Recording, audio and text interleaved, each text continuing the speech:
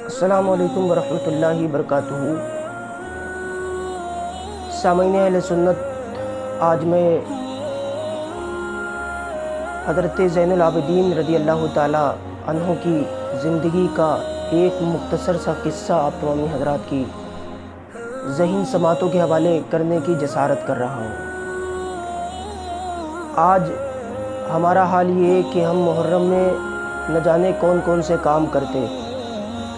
ایک سوال میں یہ کرنا چاہتا ہوں ان ڈھول تماشے بجانے والوں سے کہ ہم حسین سے زیادہ پیار کرتے ہیں یا حضرت زین العابدین حسین سے زیادہ پیار کرتے تھے؟ جواب بے شک یہی آئے گا کہ زین العابدین کے برابر ہم لوگ حسین سے پیار نہیں کر سکتے، کیونکہ وہ ان کی اولاد ہے۔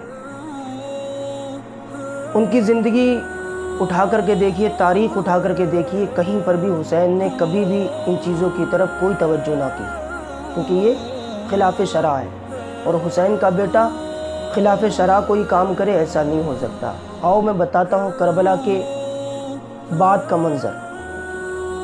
حضرت اسمعی بیان کرتے ہیں، میں حج کے موقع پر حج کرنے کے لیے کعبۃ اللہ گیا۔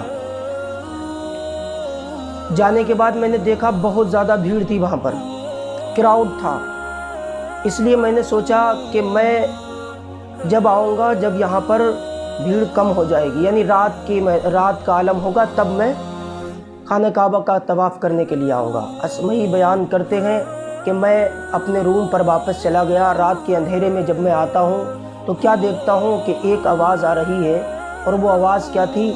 اے مولا، میں تیرا گناہگار بندہ ہوں، میرے گناہوں کو بخش دے۔ حضرت اسمعی بیان کرتے ہیں، میں نے جب ایک جوان کی آواز کو سنا تب میں اس کی آواز کی طرف متوجہ ہو گیا، اور میں اس کی آواز ایسی تھی کہ میں اس آواز کے ذریعے اس کی جانب کھنچتا چلا جا رہا تھا۔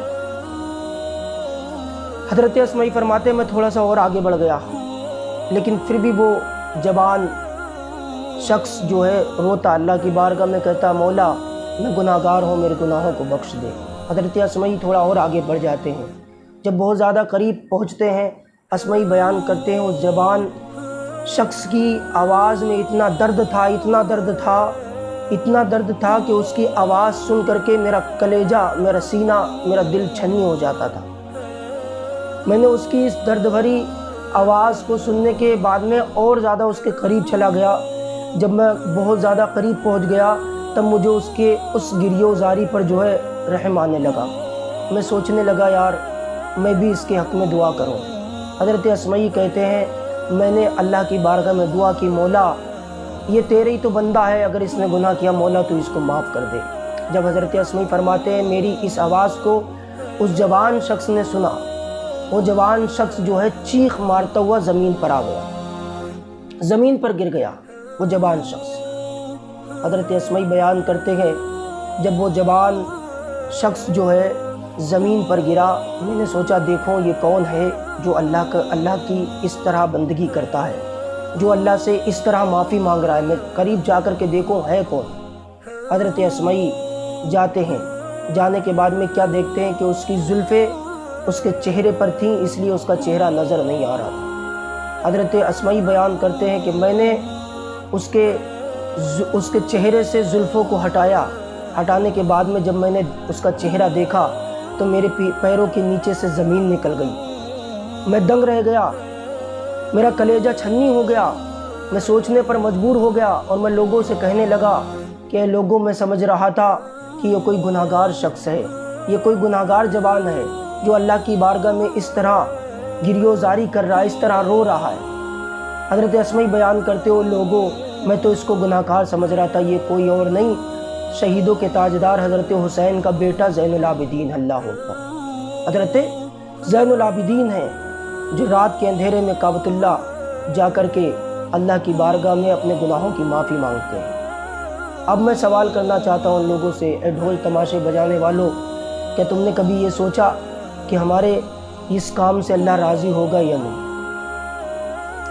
بے شک ایسا کام جو آج کر رہے ہیں اس سے اللہ ناراض ہوتا ہے، اور ہم نے اللہ کو راضی کرنے کے لیے کوئی ایسا کام کیا۔ اور لوگوں، اگر یہ ڈھول بجانا صحیح ہوتا تو سب سے پہلے حضرت زین العابدین بجاتے، حضرت غوث اعظم بجاتے، حضرت خواجہ غریب نواز بجاتے۔